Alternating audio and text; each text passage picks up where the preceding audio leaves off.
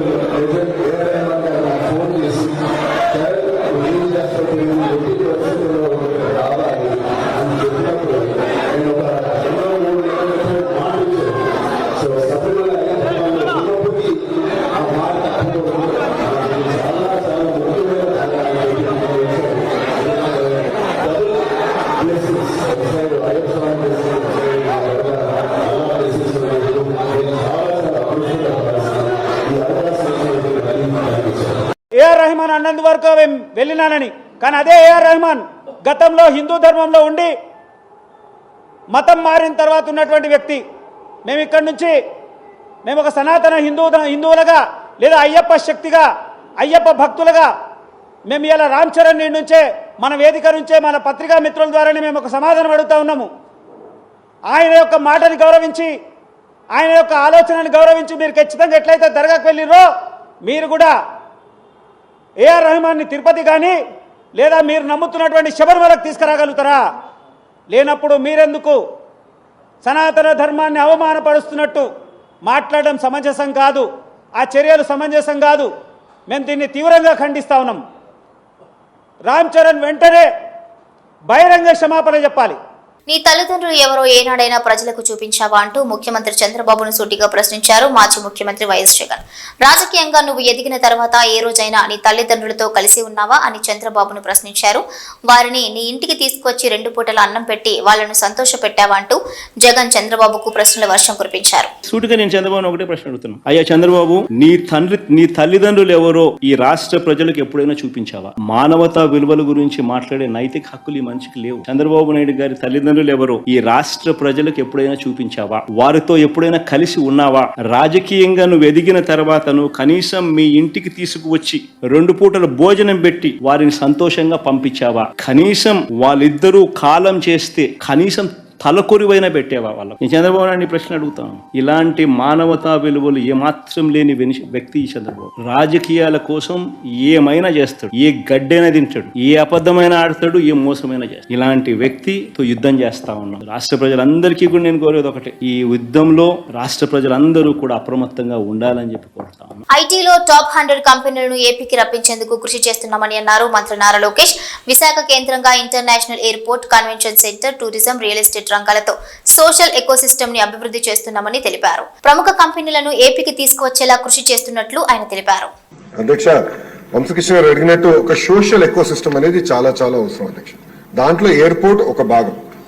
Bhogapuram airport విషయంలో చంద్రబాబు నాయుడు గారు ఇప్పటికీ చాలా స్పీడ్ గా పనులన్నీ పరిగెత్తిస్తున్నారు అధ్యక్ష. అంతేకాకుండా భారతదేశంలోనే అతి పెద్ద కన్వెన్షన్ సెంటర్ కూడా ఏర్పాటు చేసే దిశగా మన ప్రభుత్వం పనిచేస్తున్న అధ్యక్ష. అది విశాఖపట్నానికి వస్తుంది అధ్యక్ష. అంతేకాకుండా ఎయిర్పోర్ట్స్, క్షమించాలి, హోటల్స్ కూడా అధ్యక్ష. అది నా డిపార్ట్మెంట్ కాకపోయినా దుర్గేష్ గారు డిపార్ట్మెంట్ అది. కానీ అది ఎకనామిక్ డెవలప్మెంట్ బోర్డు కింద ఈ ఎకోసిస్టమ్ ఏర్పాటు చేయాలంటే పెద్ద ఎత్తున హోటల్స్ రావాలి విశాఖపట్నానికి. వేలాది హోటల్స్ రావాలి అధ్యక్ష. పదేసి కాదు, వేలాది హోటల్స్ వస్తేనే ఆ ఎకోసిస్టమ్ ఏర్పడుతుంది. దానికి నిన్నే పాలసీ కూడా టూరిజం పాలసీ కింద టూరిజాన్ని ఇండస్ట్రీగా గుర్తించే విధంగా చంద్రబాబు నాయుడు గారి నాయకత్వంలో నిన్న కేబినెట్ కూడా ఆమోదం తెలిపింది అధ్యక్ష. దాంట్లో భాగంగా హోటల్స్ కూడా పెద్ద ఎత్తున విశాఖపట్నానికి తీసుకొస్తాం, కనెక్టివిటీ కూడా ఏర్పాటు చేస్తాం, కన్వెన్షన్ సెంటర్ కూడా తీసుకొస్తాం. ఇది ఒక భాగం. ఇంకొకటి పెద్దలు అన్నట్టు ఐటీలో ఉన్న టాప్ 100 కంపెనీస్, టాప్ 20 కాదు, టాప్ 10 కాదు, టాప్ 100 కంపెనీస్ ఆల్రెడీ నేను ఇనిషియల్ డిస్కషన్ స్టార్ట్ చేస్తాను జరిగింది అధ్యక్ష. నేను అనుకుంటాం అది గ్యారంటీగా జయప్రదం అవుతుంది. వాళ్ళందరినీ విశాఖపట్నం తీసుకొచ్చే బాధ్యత నేను తీసుకుంటాను, మొదటిది. రెండోది, ప్రపంచంలో ఉన్న ఫార్చ్యూన్ 500 కంపెనీస్ అన్ని జీసీసీస్ అంటే గ్లోబల్ డెలివరీ సెంటర్స్ కూడా వాళ్ళు ఏర్పాటు చేయాలని ఒక లక్ష్యంగా వాళ్ళు కూడా వర్కౌట్ చేస్తున్నారు. దాని కొత్త పాలసీ తీసుకురావాల్సిన అవసరం ఉంది అధ్యక్ష. అది వచ్చే నెలలో ఆ పాలసీ కూడా మేము తీసుకొస్తాం. ఇంతేకాకుండా రియల్ ఎస్టేట్ డెవలపర్స్ తో కూడా నేను ఇప్పటికీ జూమ్ కాల్స్ పెట్టుకున్నాను, 1-on-1 మీటింగ్స్ కూడా పెట్టాను అధ్యక్ష. పెద్ద ఎత్తున రియల్ ఎస్టేట్ డెవలపర్స్ కూడా తీసుకురావాలి అధ్యక్ష. ఎందుకంటే విశాఖపట్నంలో గ్రేడ్ ఏ ఆఫీస్ స్పేస్ అనేది లేదు అధ్యక్ష. ఈ పెద్ద పెద్ద కంపెనీలు వచ్చినప్పుడు గ్రేడ్ ఏ ఆఫీస్ స్పేస్ రావాలి. వాళ్ళకు ఆ కంపెనీలో పనిచేస్తున్న ఉద్యోగస్తులకి మళ్ళీ హౌసింగ్, సోషల్ ఎకోసిస్టమ్ కూడా కావాల్సిన అవసరం ఉంది. వాళ్ళందరితో కూడా నేను చర్చిస్తాం జరుగుతుంది అధ్యక్ష. త్వరలోనే ఆ అనౌన్స్మెంట్స్ కూడా రాబోతున్నాయని మీ ద్వారా సభకి నేను తెలుపుతున్నా అధ్యక్ష. అంతేకాకుండా డేటా సెంటర్ పాలసీ కూడా దానిపైన ఒక స్టేట్మెంట్ ఉంది అధ్యక్ష. అది ఉంది, స్టేట్మెంట్ ఉంది, దాంట్లో చాలా డీటెయిల్ గా అది కూడా నేను ఎక్స్ప్లెయిన్ చేస్తాను. అంటే పాలసీస్ ఒక పక్కన, అవుట్ రీచ్ ఒక పక్కన, సోషల్ ఎకోసిస్టమ్, ఇదంతా మేము ఒక సమగ్ర యాక్షన్ ప్లాన్ అనేది మేము తయారు చేస్తాం జరిగిన అధ్యక్ష. విష్ణు కుమార్ రాజు గారు, గంటా శ్రీనివాస్ గారు పెండింగ్ ఇన్సెంటివ్స్ గురించి చెప్పారు అధ్యక్ష. నేను బడ్జెట్ కోసం నేను వెయిట్ చేస్తా ఉన్నాను. బడ్జెట్ లో 500 కోట్ల రూపాయలు పెండింగ్ ఇన్సెంటివ్స్ క్లియర్ చేసేదానికే ఐటీ ఎలక్ట్రానిక్స్ కి కేశవ్ గారు కూడా కేటాయిస్తాం జరిగింది. అది అసెంబ్లీ సెషన్ అయిన తర్వాత తప్పనిసరిగా ఇన్సెంటివ్స్ అని ఆ కంపెనీస్ కి అందించే బాధ్యత మేము తీసుకుంటాం అధ్యక్ష. దాంట్లో ఎలాంటి సందేహం లేదు. ఎన్డీఏ కూటమిలో ఉద్యోగ కల్పనే మా ప్రధాన లక్ష్యమని, మా ప్రభుత్వం వచ్చిన మొదటి రోజునే మా మొదటి సంతకం మెగా డిఎస్సీపై చేశామని అన్నారు ముఖ్యమంత్రి చంద్రబాబు నాయుడు. వీలైనంత తొందరలోనే 16,347 ఉద్యోగాలు ఇవ్వడానికి సిద్ధంగా ఉన్నామని ప్రకటించారు. ఈ రోజు ఎన్డీఏ కూటమి జాబ్ ఫస్ట్, ఉద్యోగ కల్పన మా విధానం అని చెప్పి చాలా స్పష్టంగా చెప్పాం. అందుకే ఈ ప్రభుత్వం వచ్చిన మొదటి సంతకం మెగా డిఎస్సీ 16,347కు సంతకం పెట్టాం. ఇంటర్వ్యూలు కూడా పిలవడానికి సిద్ధంగా ఉన్నాం. కొంచెం రిటర్న్ ఎగ్జామ్ టైం కావాలంటే ఆ టైం ఇచ్చాం. ఇది వస్తానే ఇమ్మీడియట్ గా ఇంటర్వ్యూస్ కూడా పూర్తి చేసి వీలైనంత తొందరలో 16,347 ఉద్యోగాలు ఇవ్వడానికి మెగా డిఎస్ ద్వారా ఇవ్వడానికి ముందుకు పోతాం అధ్యక్ష. కోతికి సిపిఆర్ చేసి ప్రాణాలు కాపాడాడు ఓ యువకుడు. చనిపోయిందనుకున్న కోతి చెంగు ఎగరటం చూసి అవాక్కయ్యారు స్థానికులు. మూగ జీవులపై సైతం సిపిఆర్ ఫలించడంపై ఆశ్చర్యం వ్యక్తం చేశారు అక్కడి స్థానికులు.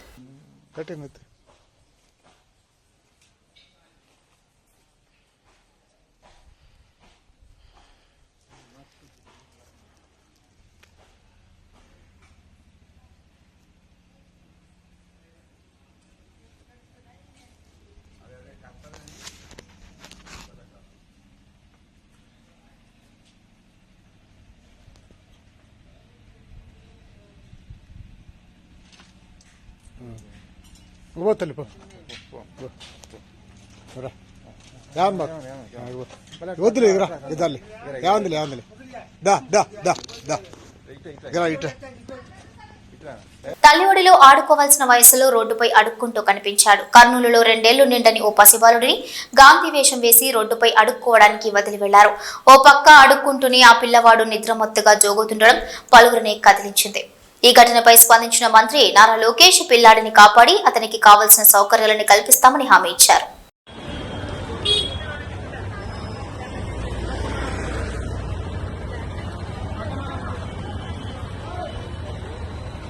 ఎస్సీ ఎస్టీ సప్లాన్ చట్టాన్ని సీరియస్ గా తీసుకుని అమలు చేయాలని డిప్యూటీ సీఎం భట్టి విక్రమార్క అధికారులను ఆదేశించారు. బుధవారం డాక్టర్ బిఆర్ అంబేద్కర్ సచివాలయంలో ఎస్సీ ఎస్టీ అభివృద్ధి నిధులపై 32 శాఖల పనితీరుపై సుదీర్ఘంగా సమీక్షా సమావేశం నిర్వహించారు. శాఖల వారీగా కేటాయించిన నిధులు, చేసిన ఖర్చు, గత ఏడాది ఖర్చు చేయకుండా మిగిలిపోయిన నిధులు తదితర వివరాలు అడిగి తెలుసుకున్నారు. ఎస్సీ ఎస్టీ సప్లాన్ చట్టం ప్రకారం అన్ని శాఖల్లో ఒక విధానాన్ని ఏర్పాటు చేసుకోవాలని, అమలుకు సపోర్ట్ యూనిట్ ఇప్పటికే ఉంటే ఇబ్బంది లేదు, లేని పక్షంలో సపోర్ట్ యూనిట్ ఏర్పాటు చేసుకోవాలని, ఈ విషయంలో నిర్లక్ష్యం చేయకూడదని తెలిపారు. అన్ని శాఖల్లో సప్లాన్ చట్టం ప్రకారం నిధులు ఖర్చవుతుందని, లేనిదే ఇక నుంచి ఆర్థిక శాఖ ప్రిన్సిపల్ సెక్రటరీ పర్యవేక్షిస్తారని డిప్యూటీ సీఎం చెప్పారు.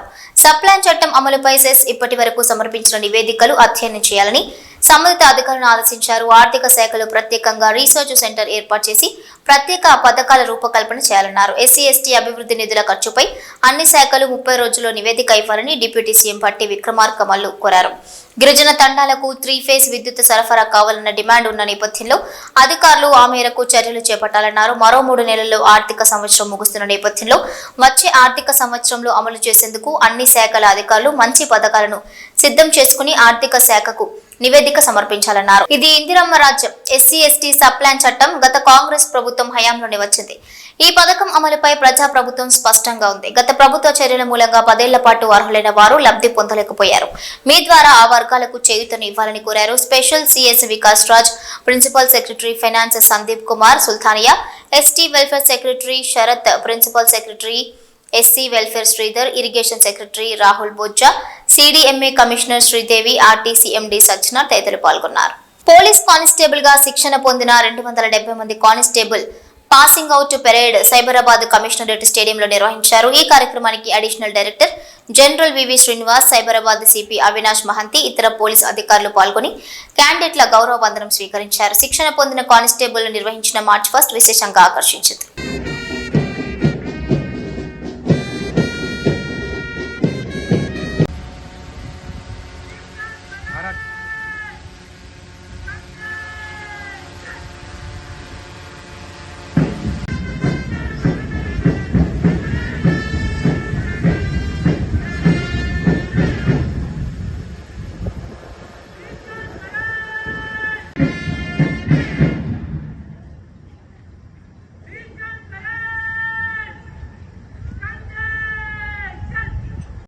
బాత్రూమ్లు టాయిలెట్లు అడిగే వాళ్ళ దగ్గర నుంచి శుద్ధి చేస్తే పైదాకా అంటే home guards, constables, head constables, ASIs చాలా గర్వంగా ఫీల్ కావాలి. ద విజిబుల్ గవర్నమెంట్, ప్రభుత్వం ఎక్కడన్నా రోడ్ల మీద కనిపిస్తుంది అంటే అది పోలీసులు. నిజానికి మిగతా విభాగాలు అన్నీ ఉంటాయి, చాలా ప్రభుత్వ విభాగాలు ఉంటాయి, అన్నీ కలిస్తేనే ప్రభుత్వం నడుస్తూ వారిని నిర్వర్తించడం సాధ్యం అయితే తప్ప ఈ కార్పొరేషన్ కళకళలాడదు. అయితే మిగతా డిపార్ట్మెంట్లకు, యూనిఫామ్ డిపార్ట్మెంట్కు ఉన్న తేడా ఏంటో మా 270 తమ్ముళ్ళకు తెలిసింది. ఇప్పుడు 5 అప్రిసియేషన్స్, 4 కమెండేషన్స్, ఒక సేవాపథకం, ఒక ఉత్తమ సేవాపథకం మన ఎల్సీనా ప్రిన్సిపల్ సార్ వారి కోసం నిరీక్షిస్తూ ఉన్నాం.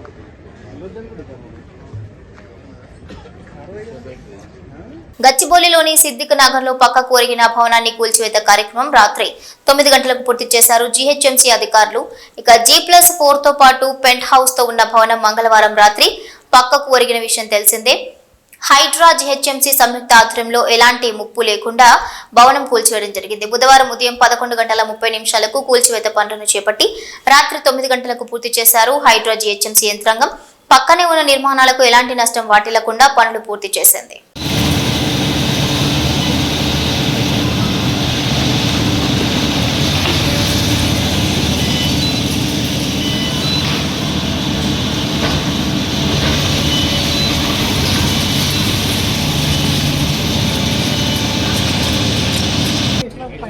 भाई थोड़ा साइड हो ना।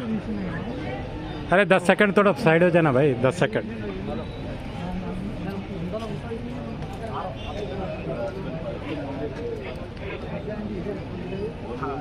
వివేకానంద నగర్ కాలనీలోని శ్రీ చైతన్య టెక్నో స్కూల్లో 8వ తరగతి చదువుతున్న విద్యార్థులు సాయంత్రం స్కూల్ నుండి తీసుకురావడానికి వెళ్లిన తల్లిదండ్రులకు పిల్లలు కానరాకపోవడంతో పోలీస్ స్టేషన్లో ఫిర్యాదు చేశారు. కూకట్పల్లి పోలీస్ స్టేషన్ పరిధి వివేకానంద నగర్లోని శ్రీ చైతన్య టెక్నో స్కూల్ 8వ తరగతి చదువుతున్న హారిక మరియు లక్ష్మీ దుర్గా విద్యార్థులు అదృశ్యమయ్యారు. తల్లిదండ్రులు తెలిపిన వివరాల ప్రకారం రోజులాగే స్కూల్లో ఉదయం 8:30 వదిలి తిరిగి సాయంత్రం 5:30 ఇంటికి తీసుకురావడానికి వెళ్లిన తల్లిదండ్రులకు తమ పిల్లలు కానరాకపోవడంతో స్కూల్ టీచర్ మరియు ప్రిన్సిపాల్ ను సంప్రదించడంతో ఇప్పుడే వెళ్లిందని చెప్పగా చుట్టుపక్కల ఉన్న దుకాణాలను వెతికి ఎంతసేపటికి కనిపించకపోవడంతో పోలీస్ స్టేషన్లో ఫిర్యాదు చేశారు. కేసు నమోదు చేసుకున్న పోలీసులు దర్యాప్తు ముమ్మరం చేయగా పోలీసు వారు దయచేసి తమ పిల్లల్ని క్షేమంగా తీసుకురావాలని కోరుతున్నారు. పోలీసు వారికి నేను నమస్కరించి దండం పెడుతున్నాను. మా పాప ఎక్కడ ఉన్నా మా పాప వాళ్ళ ఫ్రెండ్ని హారికాని ఇద్దరిని మంచిగా తీసుకురావాల్సిందిగా కోరుకుంటున్నాను. మీ అందరికీ నమస్కారం. పోలీసులు దయచేసి నా పాపని నాకు అప్పగిస్తారని నేను కోరుకుంటున్నాను. వెంకటరమణ, మా పాప పేరు లక్ష్మీ దుర్గా, మా పాపమ్మటి వెళ్ళిన అమ్మాయి పేరు హారిక. వీళ్ళిద్దరూ నేను ఉదయం 8:20కి స్కూల్లో మార్నింగ్ దింపొచ్చాను. నేనే తీసుకుని వస్తాను. ఈవినింగ్ అదే రోజువారీగా 5:30 టైంలో తీసుకొద్దామని నేను 5:30కి స్కూల్కి వెళ్ళాను. స్కూల్కి వెళ్ళిన తర్వాత మా పాప స్కూల్లో బ్యాగ్ ఉంచి వాళ్ళ ఫ్రెండ్స్ గల్లీ వైపు వెళ్ళిందని చెప్తే ఆ ఫ్రెండ్స్ని తీసుకుని వెళ్ళి నేను కూడా ఎతికాను, అక్కడెక్కడ లేదు. తర్వాత ప్రిన్సిపల్ మేడంకి, వాళ్ళ స్కూల్లో క్లాస్ టీచర్లకి అందరికీ తెలియపరిచిన తర్వాత ప్రిన్సిపల్ మేడము, వాళ్ళ సార్లు, వాళ్ళ మేడమ్స్, క్లాస్ టీచర్స్ అందరూ కలిసి అదంతా CCTVలో వెతికించిన అనంతరం ఎక్కడ తెలియలేకపోవడం వల్ల మేము పోలీస్ స్టేషన్కి వెళ్ళి కంప్లైంట్ ఇచ్చాము. దయచేసి మా పాప ఎక్కడ ఉన్నా మాకు ఎతికి ఇవ్వాల్సిందిగా మీ అందరికీ కోరుకుంటున్నాను. నమస్కారం అండి. మీ పాప ఏ క్లాస్ అమ్మా? 8th class C3 batch. దేనిలో చదువుతారమ్మా? శ్రీ చైతన్య స్కూల్లో. అంటే మీ పాప ఒక్కరేనా, ఎవరైనా ఉన్నారమ్మా మీ పాపతో పాటు? హారిక అనే అమ్మాయి, మా పాప ఇద్దరు కలిసి వెళ్ళారు సార్. ఈ మీ రోజు పాప ఫ్రెండ్ అమ్మా, క్లాస్మేట్ ఇద్దరు. హారిక ఎవరి మీద ఏ అనుమానాలు లేదండి, కానీ మాకు కూడా ఎలాంటి అనుమానం కూడా లేకోకుండా వెళ్ళిపోయారు వాళ్ళు. హైదరాబాద్ శిల్పారామంలో 4 రోజుల పాటు అంతర్జాతీయ కళా ప్రదర్శన కొనసాగనుంది. ప్రజ్ఞావాహిని ఆధ్వర్యంలో లోక్ మంథన్ పేరుతో కళా ప్రదర్శనల పండుగ నిర్వహిస్తున్నారు. గురువారం నుంచి ఆదివారం దాకా వివిధ అంశాలపై చర్చలు, సమావేశాలు కొనసాగుతున్నాయి. ఇక 12 దేశాల నుంచి 1500 మందికి పైగా కళాకారుల రాకతో సందడి నెలకొంది. 120కి పైగా సాంస్కృతిక కార్యక్రమాలకు రంగం సిద్ధమైంది. ఎగ్జిబిషన్, సాంస్కృతిక ప్రదర్శనలు పూర్వ ఉపరాష్ట్రపతి వెంకయ్య నాయుడు గురువారం ప్రారంభించారు. కేంద్ర మంత్రి కిషన్ రెడ్డి ముఖ్య అతిథిగా హాజరయ్యారు.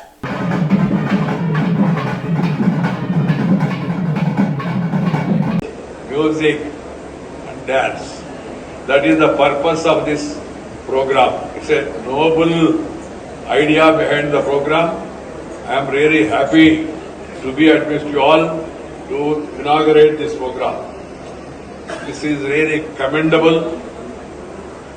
This is what Prajna Bharati has been doing for years as a nationalist organization. సమైక్య ఆంధ్రప్రదేశ్లో గానీ, ఇప్పటి ఆంధ్రప్రదేశ్లో గానీ ఈ రాజకీయ నాయకుడికి దక్కని అదృష్టం నాకు దక్కిందని అన్నారు ఆంధ్రప్రదేశ్ ముఖ్యమంత్రి నారా చంద్రబాబు నాయుడు. సమైక్య ఆంధ్రప్రదేశ్లో అందరికంటే ఎక్కువగా 9 సంవత్సరాలు ముఖ్యమంత్రిగా చేసే అవకాశం నాకు వచ్చిందని, అలాగే విభజన అనంతరం ఒకసారి సీఎంగా, మరొకసారి ప్రతిపక్ష నేతగా ఉంది, మళ్లీ రెండవసారి సీఎంగా పదవిని చేపట్టడం తన అదృష్టంగా భావిస్తున్నానన్నారు. అనుక్షణం అభివృద్ధి ధ్యేయంగా పనిచేశాను కాబట్టే ప్రజలు నన్ను ఇంతలా ఆదరిస్తున్నారని చంద్రబాబు అన్నారు. ఆంధ్రప్రదేశ్ రాష్ట్రంలో ఆ రోజు సమైక్య ఆంధ్రప్రదేశ్లో కానీ, ఇప్పుడు నవ్య ఆంధ్రప్రదేశ్లో కానీ మరే ఏ నేతకు దక్కని గౌరవం నాకు దక్కింది. ఇన్ని సంవత్సరాలు సమైక్య ఆంధ్రప్రదేశ్లో 9 సంవత్సరాలు అందరికంటే ఎక్కువ ముఖ్యమంత్రిగా ఉండే అవకాశం వచ్చింది. 10 సంవత్సరాలు ప్రతిపక్ష నాయకుడిగా పనిచేసే అవకాశం వచ్చింది. అదే మరి ఇక్కడ ఒకసారి రెండోసారి ముఖ్యమంత్రిగా, ఒకసారి ప్రతిపక్షంలో పనిచేసే అవకాశం ప్రజలు ఇచ్చారు. అదే ఇంకొక విధంగా దిశ అనునిత్యం కష్టపడి పనిచేయడం, నిజాయితీగా ఉండడం, అనుక్షణం ప్రజలు వాళ్ళ బిడ్డల సంక్షేమమే ధ్యేయంగా పనిచేస్తూ వచ్చాను. అందుకే 4 దశాబ్దాలుగా ప్రజలు ఆదరించారు. వాళ్లకు నా జీవితాంతం కూడా రుణపడి ఉంటానని చెప్పి మరొక్కసారి ప్రజలందరికీ విజ్ఞప్తి చేస్తున్నాను. కోదాడ మండలం తమ్మర దోరగుంట గ్రామాల్లో ఏర్పాటు చేసిన ప్రాథమిక వ్యవసాయ సహకార పరపతి సంఘాల ధాన్యం కొనుగోలు కేంద్రాలను తనిఖీ చేశారు జిల్లా కలెక్టర్ తేజస్ నందలాల్ బాబు. రైతులకు ఇబ్బంది లేకుండా ధాన్యం చేయాలని ఆదేశాలు జారీ చేశారు. కొనుగోలు కేంద్రాలకు వచ్చిన ధాన్యాన్ని తూకం వేసి మిల్లులకు తరలించారు.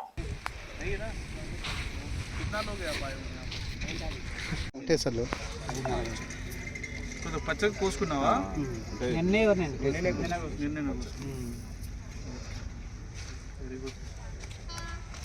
మరి ఎన్ని రోజులు ఇది పూర్తి కావాలి? ఇప్పుడు ఎన్ని రోజులు పోతే ఇదంతా సమస్యలు అయితే కలెక్టర్ ఆఫీస్లో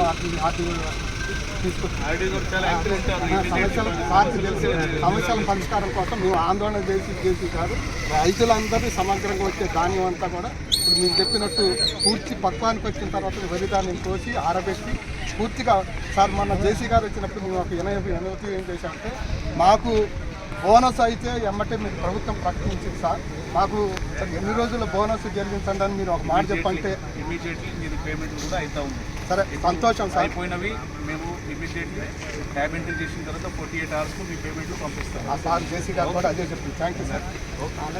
చెన్నూరు పట్టణంలోని చెన్నూరు కాటన్ కంపెనీలో ఏర్పాటు చేసిన CCI పత్తి కొనుగోలు కేంద్రాన్ని రిబ్బన్ కట్ చేసి ప్రారంభించారు చెన్నూరు ఎమ్మెల్యే వివేక్ వెంకటస్వామి. రైతులు CCI వాళ్లు చెన్నూరు ప్రాంతంలో కొనుగోలు కేంద్రాన్ని ఏర్పాటు చేయడం జరిగింది. సుమారుగా 7,400 రూపాయల మద్దతు ధర కల్పిస్తున్నారు. CCI ఇంకా ఎక్కువ పత్తిని కొనుగోలు చేయాలని కోరుతున్నానన్నారు. వారి కొనుగోలు కేంద్రాలను కూడా వెంటనే ప్రారంభించాలని కలెక్టర్ ను ఆదేశించారు వివేక్.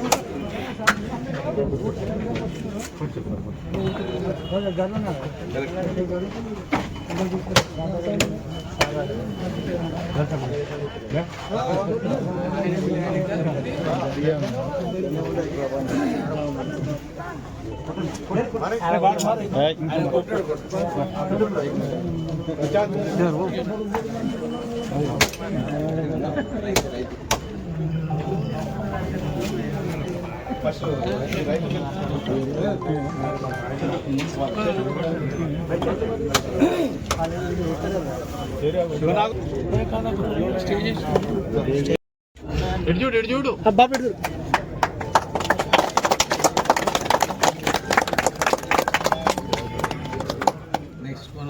ओके ओके राइट साहब इधर देखो फोटो लगाओ हाथ लगाओ फोटो आ गया वीडियो కొంచెం కొంచెం మీరు ఎంతో ప్రవీణ్ అన్న కొంచెం బాబు సార్ ఒక్కసారి మొత్తం పత్తేనా ఇదే హ్యాపీ